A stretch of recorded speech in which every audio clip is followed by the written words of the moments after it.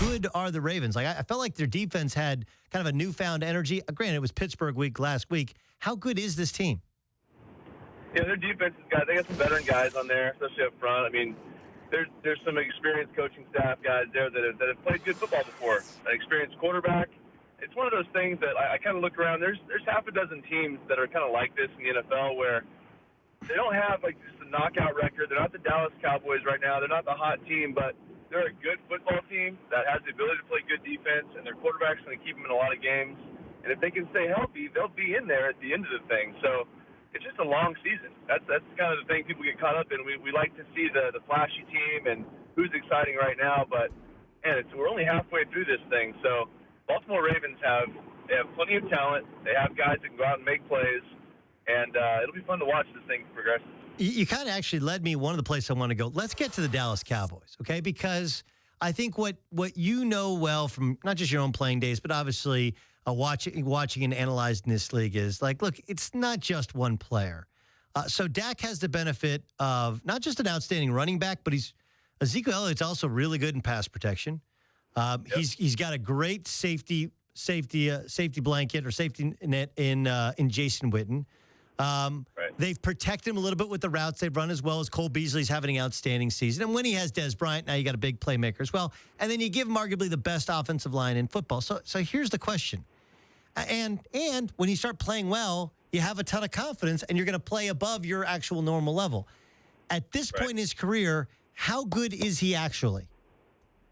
He's tremendous. He's done what veteran quarterbacks would like to do. I mean, it's funny that we watch it every week, and we kind of wait for him to make a mistake. We wait for him to mess it up. But with his skill set and playing in a big arena in college, I think that can't be understated either. He's played in some big environments. There's some noisy teams that he's played against, the hostile crowd. So it's not too big for him. So, but I love his overall just demeanor and the way he goes about his read progressions, what they ask him to do, and the guys around him. We could talk about that forever, but I think the biggest thing that he brings to this team is, one, when he gets to the end of his progression, when you watch him play, there's no panic. I still have this hidden asset that I can step up, I can buy time and try and still remain a passer. My offensive line is tremendous. I can step up and run for hidden yardage, which we call it the quarterback room. And the quarterback running is often, especially on pass plays, they kind of run for a first down, then no one cares. But if you can get a quarterback to run for 2 or 3 first downs a game, I mean, that puts your team over the 500 mark for the most part. I mean, those are hidden yards that a young quarterback coming into the league has the presence of mind to. Now, granted, he's made his mistakes. There's things that we can show every week on our show back in the NFL Network that he still struggles seeing. A lot of these things he hasn't seen before.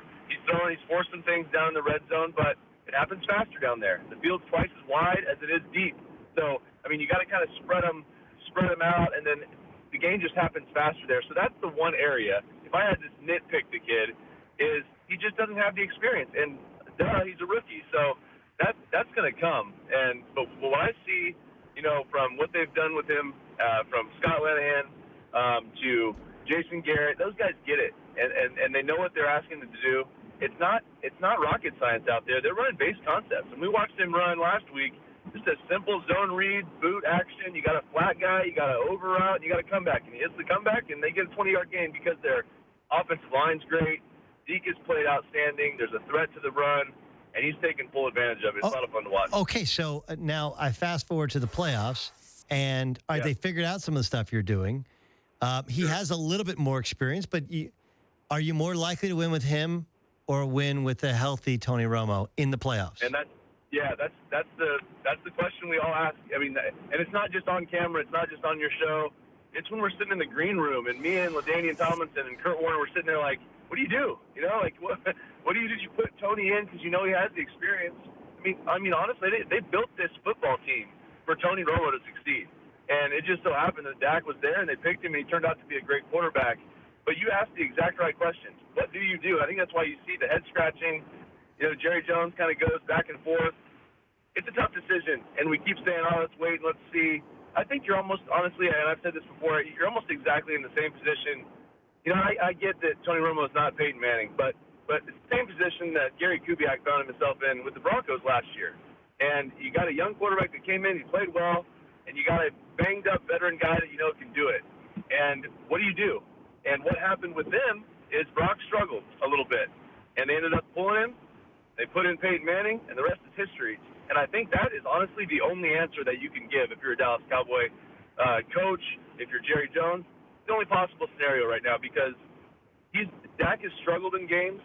And then, oh, by the way, he gets you down to the last drive, scores, gets you into overtime, and then goes and scores another touchdown, and you win. So it's going to have to be one of those deals where he struggles pretty good in a game, and maybe it's against some better competition, which he hasn't yet, and then maybe that next week he does it again for a half. And then you look at it and you say, what's Jason Garrett going to come out with? Because, 2 weeks ago, we're sitting there watching him playing not his best game, and I'm thinking, oh, well, this might be the time that they do this.